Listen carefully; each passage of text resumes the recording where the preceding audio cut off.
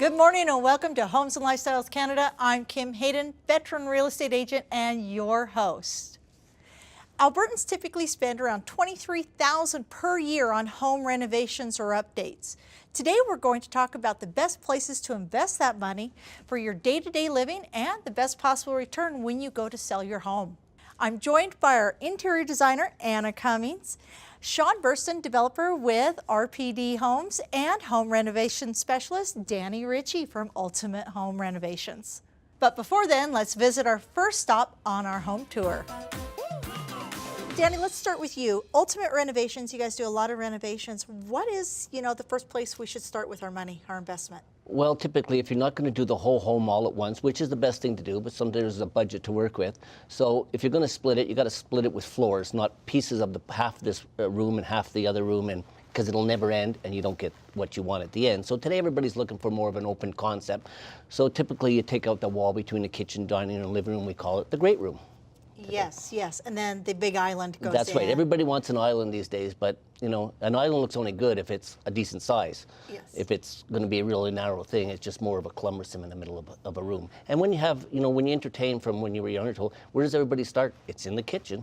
It's in the kitchen. It's in the kitchen. The kitchen's the heart of the home. That's absolutely, right. Absolutely. Yep. So what are the first steps that we should take into consideration when we're looking at a renovation?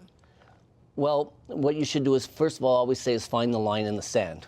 Where's the renovation going to start and where is it going to finish? That's sometimes the hardest point. You got to write a scope of work of what you're going to do, detail, or get the homeowner to decide what they want to do in much detail, so that once you start the renovation, you're not, what's called change order, and everybody hates change orders, and we hate giving to them. So we try and find the right off the get-go, what are we going to do and what we're not going to do. And sometimes, it goes a little farther than you expect. I know. My husband went from 67 pot lights to 137 pot lights. So I understand that. Wait, but there's more. So, Sean, you take out homes, like you do infills, you do big stuff in the city. You do them also. But when we're considering, we're going from a little tiny house in El Tador, and now we're going to put an infill on. Where do you start? Obviously with the money, so we've got our money lined up, but how do you narrow them down and bring them, kind of corral the home builder back into their budget? So you're looking at a renovation? Yes. And you're looking at someone who, you have to set the parameters for sure. I totally agree. You really have to start building outward, okay? And you can start with a focal point like the kitchen, which is a major kind of heart of the home, and that's exactly what it is. And oftentimes older configurations of homes are more walled off and partitioned off, and everything now is to more of an open type of concept. So I would start with the kitchen, main floor, work your way out from there, and you start flooring. You don't want a continuous story. Oftentimes, older configurations, older homes, they'll have a very disrupted story with the flooring. They have tile in the front entrance. They have a little bit of hardwood off to the side. Then they have carpeting. What is probably a nice game plan is if you try to add a cohesion to that and just go with maybe flooring of hardwood throughout the whole configuration to, kind of bind everything together. And at least that will give you a continuous story on the main floor. So main floor. Now, Anna, being interior designer, how many times have you changed your own space that you're in? Well, I like to do it once and I do it right because I'm changing people's spaces constantly. I want to have a place where I don't have to change constantly. So you get the feel of Anna when you walk into Absolutely. your space, eh? Yes. Mm-hmm. So from a design perspective, when you come into this whole thing, we're knocking down walls and such, where do you start? Like, how do you see this? Because a lot of people, they've got to have it finished. That's why show homes are so popular, right? Mm-hmm. Where do you come in? We come in right at the very beginning. The earlier the better, I always say, because that's when you define your concept. That's where the budgets are honed. And you really kind of work outward from that. Okay, budget. How many people actually stay within their budget? When it comes to renovations, it's a little difficult because renovation's kind of like an octopus. It kind of, has a bunch of arms that kind of span out everywhere, and it's really difficult to define a budget at times, and it's probably definitely more difficult than when you're building from scratch on a new home. What's the biggest trend that we're seeing coming up right now? We've talked about the kitchen and the island, taking out the wall between the dining room and the kitchen, which is huge. You see that in all the older homes. What are some of the trends that you're seeing coming up, Danny? More, you could see a lot if you're going up, now we go up to call it going to the upstairs. You're seeing now more of the master bedroom into an ensuite, into a walk-in closet. Sometimes, quite often now too, we have what we call the snoring room, so that the two partners will sleep in different rooms, but they share the ensuite, let's call it, and the walk-in closet. So that's getting very popular. Can you do a snoring room in a small condo? Oh, you can do them We anywhere. can do it anywhere. My husband may be giving you a call later. Everybody's in the closet on that one. So where do you like to start when you look at the renovation? What's the very first thing? Well, we take an inspiration from the client, whether that be an area rug or a family photo or an inspiration from a magazine. That's where we start our design concept from. And you had shown me, you did this really cool thing that had the textures and the colors, because you did the Legacy Park and you won awards for that, which is fabulous. But you had shown me how you had this The mood board. What was that? A mood board. A mood board. And what is in a mood board? So the mood board defines the whole concept of the project, from colors to surface finishes to fabrics, everything, you name it. And so we carry that with us when we do our selections, and it makes the client or whoever's doing the renovation, it makes it easier for them to make those selections because that concept is already selected. So it's kind of like a vision board, but for housing. Absolutely. Very, very cool. So, Sean, you know, when we're looking at not taking down the full house, because I visited your office and I loved how you had the original vintage columns still in your house. What are some of the things that when you go in for an older home, what are some of the things you say, you got to keep that? It depends how vintage the home is. You know, sometimes the home doesn't merit any consideration for maintaining any of its original configuration. If you're going back to more of a historic vintage, like the 1912 kind of vintage, then you want to kind of keep some of the millwork, some of the woodwork, cabinetry that provides character to it. Maybe you can try to maintain some of the windows that might have some extraordinary architectural features to them. But it's tricky because the stuff has to still be pertinent, and it still has to be functional within the new kind of renovated project that you're working within. So yeah, I saw a house over in Ramsey, and it was an old red house that from like 1905, and it had the original windows though with the lead in the. And those gorgeous. Those Gorgeous. are really nice features to try to keep. And those are timeless. Yeah. Okay, now. This is my favorite. This is, you know, what not to wear. So what is the one trend that we see a little bit today that we shouldn't be doing, or the one trend like the mauve countertops back in the 90s? Is there something that we see that you just go, no, I think that this is not going to be something that will move forward? Well, as I see it, sometimes you can keep, you know, something that's from the past into the home just for, you know, for the thought of having that old in there, but to try and meet the old with the new, even today's building codes don't meet up with the old. So you try and save some of these old windows and they just don't get past the building code.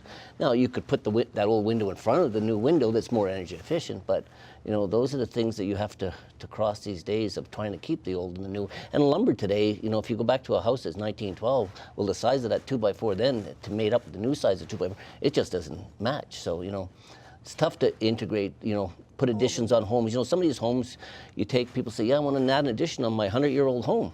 Well, that house is a little tired because say, sagging. So how do you build a straight addition onto a crooked home? Yes. Sometimes you're better off, like I say, you know, people don't like to always to hear the truth, but sometimes you're better off to knock it down. Let's start fresh. Let's start fresh. Anna, now you see color trends, you see finishing trends all the time. What's the one that's like, oh no? And what are some of the ones that you go, oh yes? Well, right now we're seeing a lot of color, especially in kitchens and cabinets. We're seeing a lot of mixture of finishes, between textures. The materials are fabulous right now, and the technology is really out there. You're having smart home appliances, smart everything pretty much controlled by your phone. The things that I would maybe stay away from, it's really hard to say because if you love it, you can somehow make it work in your interior. Okay, worst home trend. Like, what's the one that you've gone in and said, oh, they did this, really? Come on. You've been doing interior design for a long time. There's got to be one that you sit there and go, that wasn't really a smart move. In terms of renovation? Well, in terms of finish, like, come on. There's one color out there that me, it was the green. The emerald green that was in all the show homes in the burbs from the 90s. That was just like, it's got to go.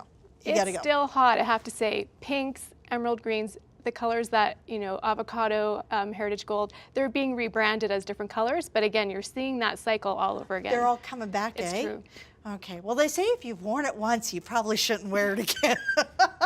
So what are some of the trends with doing a lot of inner city homes and such? What are some of the trends that you've seen? We work with a lot of bungalows, okay? So with the bungalow configuration, you're limited to what you can do, but inevitably you want to definitely, again, start with opening up the kitchen. You want to add cohesion to the flooring that they have in there. And then what we do sometimes, if we're working with 3 bedrooms, we'll actually cannibalize one of the bedrooms and we'll use it as the adjoining master suite and walk-in closet that Dan was making reference to. And so you're appealing to a different demographic, okay? You're not gonna have this family with 3 kids, Sometimes it's a younger couple that's just getting into the market, or sometimes it's a young couple with one child or something like that. They don't require all these bedrooms, but they do want an inner city lifestyle, and they don't want to go necessarily for a brand new home. So that kind of bodes well for that The type wider of demographic. streets. And Yeah, exactly. I Yeah. get it, Yeah. absolutely. Yeah. Okay, now here's the one thing that nobody likes to talk about is money. Average kitchen. What is the average kitchen running now? Let's take that's a really broad question. I get it. But let's take an average square footage of a house I'm going to just take Willow Park just because I've seen some of those in there. And I know we can go anywhere from a box store kind of thing to a custom. Meet in the middle. Could you put a decent kitchen in something for $35,000? Can you put a decent kitchen for $50,000? Those types of things. Well, if it depends how much you move things around. If you start moving the plumbing all around and everything's changing, well, that average kitchen is probably $75,000. 75. Okay. And that's, you always have to think, you're talking the floor, the cabinets, the countertop, the sink, the taps, the backsplash, some pot lights in the ceiling, some under cabinet lighting. That's what everybody wants, with an island. Now, if we take out that wall, I always say, well, now you're over the 100 number. Yeah, over the 100. So, that area typically can run in around 600 square feet of area to 900 square feet is that great room. Because you take typically the kitchen, the dining room, and the living room, and you make the one big room, and you take out the wall. One thing nice about a bungalow is that typically if the home was built after 1970, the walls are not bearing. So you can take down the walls.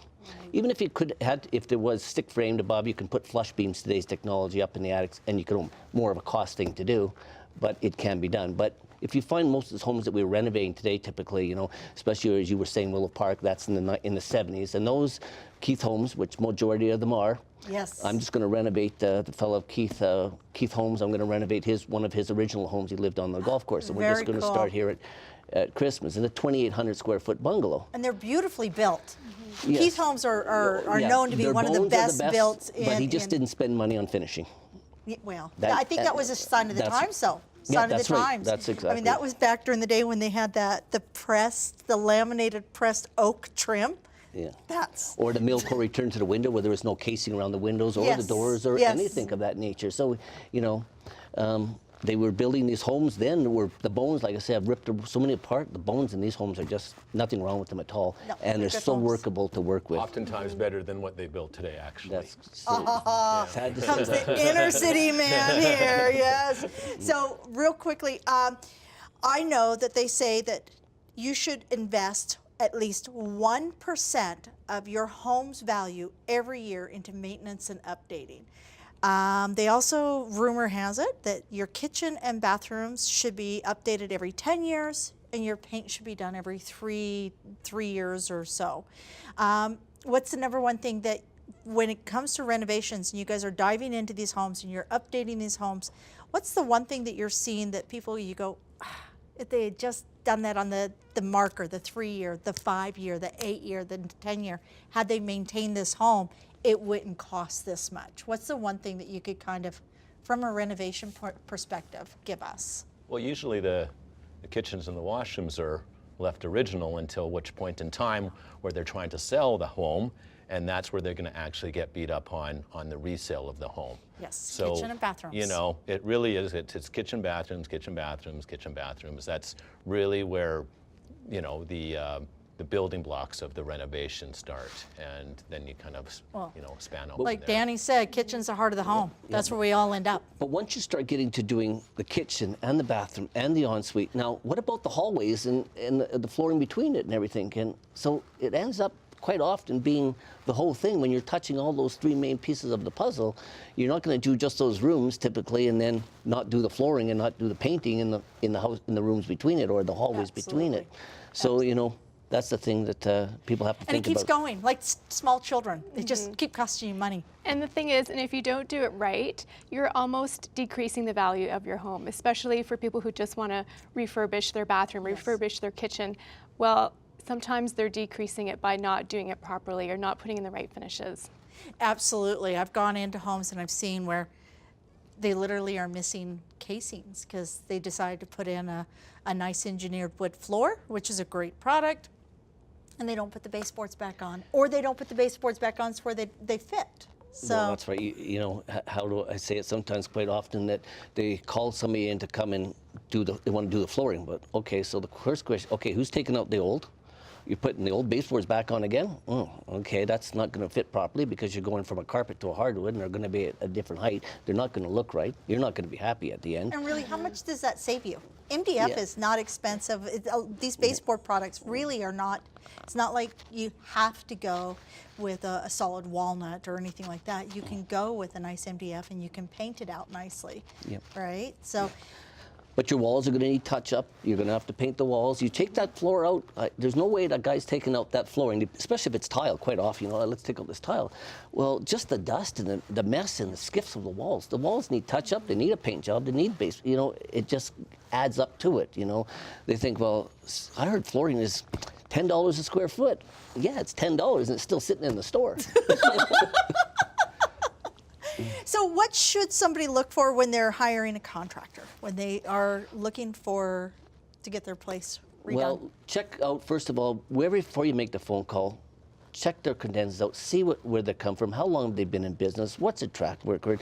You know, today with the thing, you can dig so deep and find out not only about the company, but you can find out about the people that run the company, you know. That's a big thing of, you know, get comfortable before you call the person, you know, because quite often people will get there and then they just, oh, I'm going to go with, well, have you checked that guy out? Well, no, why? Well, maybe you should just do some homework first, just in your own benefit. People just don't do enough homework before they hire a renovator, and they're left in a mess. So easy to ask for references. You know, what homes have you done? Who are the homeowners? Can I phone them and talk to them? It's very simple. Yeah, You know? that's right. You know, don't dive in without doing any background checks. There's a lot of good renovators out there, and there's a lot of maybe not so good renovators out there. So. And can anybody just throw up a plaque and say that they're a renovator, or is there some sort of, you know? Well, anybody can say they're a renovator, but Okay. you know, a guy can be a renovator. He's got a hammer, a toolbox, you know, and a pouch. He can renovate. No, Doug's Yeah. not a renovator. Yeah, Doug but- is not a renovator. No, just like I say, you know, especially the thing now, you know, anybody that's proud of their industry or their business will say, hey, and most of the times I'll say to a customer, you want references? Do you mind if I use you as a reference afterwards too? Yeah. And if you do that, and people, you know, phone up people and ask them, you know, oh, it went great, or, you know, but there are some real nightmare stories out there. Big thing is, where are you going to live when you're going to renovate? People don't look at those things. Where are you going to live? Where are you going to live? Yes. As we have homes to put customers in while we do their homes, you know, Yep. makes a big difference too. From the design side of things, what is your favorite thing to look for in a contractor? Somebody who's going to, how do you create that relationship? Yes, relationships are critical, and that's a good part of where designer comes into play, because designers typically know very good contractors and renovators. So we already do some of that vetting for the client. So, and what's your favorite kind of overall experience? Like if you were to say, this is how I like it to go? Yeah, I think, again, back to communication, setting up timelines, those kind of things. If you've got good relationships and, suppliers, everything from your selections, if everything can run smoothly and everything is ordered on time, things can pretty much flow pretty smoothly. I have a feeling that you always order on time. You seem like the type of person Well, that there's get right a in there. sequence. There's a sequence too. So a lot of homeowners don't realize, well, I want to put in new windows, but then do you think about your siding? So there's a sequence, and different priorities happen before others. Excellent. Well, that's I didn't even think of that. So we have a lot of people out there that have watched Homes and Garden. They are now the expert themselves. They're going to DIY it. What are some of the things that they should never attempt? Well, they can do the light stuff, like if they want to do a paint job. Yep. They might go through a trial and error period, but there's only so much damage they can do with picking up a paintbrush. But I think beyond that, certainly anything that requires any changes in electrical, any changes in mechanical, cabinetry, really, past the paint job, they should really be bringing in a professional, who knows what they're Absolutely. doing. Well, I think a lot of people don't realize that they're going to do the electrical, and insurance companies have the right to refuse claim if your electrical is not Well, permitted. they also have to, if they're updating their electrical, they have to draw a permit. And as someone who's just a homeowner, they're not going to be able to do that. Well, a lot of times now you can't even sell a house on resale without that permit. That's correct, yeah. Yeah, so that's really important. What are some of the things that you've seen DIYers and you walk in and go, I'm guessing wallpaper would be the one for me. I can't get anything Kim, lined up. Everything and anything. I think if you don't have the skill set and you don't have the right tools, maybe leave it to the professionals, honestly. And even paint, I would think, too, because a good paint job can last several decades even. The colors might go out, but you'd be surprised how corners and things get painted over and it just doesn't look good. Yeah. Nothing like, I saw a house once where they actually had painted right over the light switches. They all matched. I was there going, that's nice. So what are some things that you've seen, DIYers that you've walked in and you've had to fix for them? Oh, that happens quite often. I've seen it where they've ripped apart the drywall off the walls and they think they're starting to take down the wall and not realizing, well, that's a bearing wall there. And typically there's always a bearing wall if there's living quarters above it. If there's a wall, that quite often is the bearing wall. And they've got it half down. Well, it hasn't fallen down, but it's going to sag in time, But people just, and then they think that, oh, well, I've done half the job, I've got it gutted, and now you just have to put it back together for me. So not the greatest thing to do. Because, Doug and I did a renovation out in Toronto, and yeah, it was, we decided to work with the contractor. We're going to do the lifting, right? And it was all lath and plaster. And yeah, never again. Plaster is an absolute nightmare to deal with. And we had hauled it out to this little, it was a single car garage, but it was at lean-to stage because the house was built in 1906, and I think the garage was built for a Model T. So all that plaster was in there. So then when we go to sell, guess what? We're hauling all the plaster out of this garage. We're doing wheelbarrows because you couldn't fit a car down between the two houses anymore because that's how old it was. So leave it to the professionals. And speaking of professionals, thank you guys so much. Great tips. Don't do your electrical. Make sure you consult for good colors. And there's a sequence to everything. A big thanks to our sponsors, A&A Interiors, Kahane Law, Canada Mortgage Direct, and Design.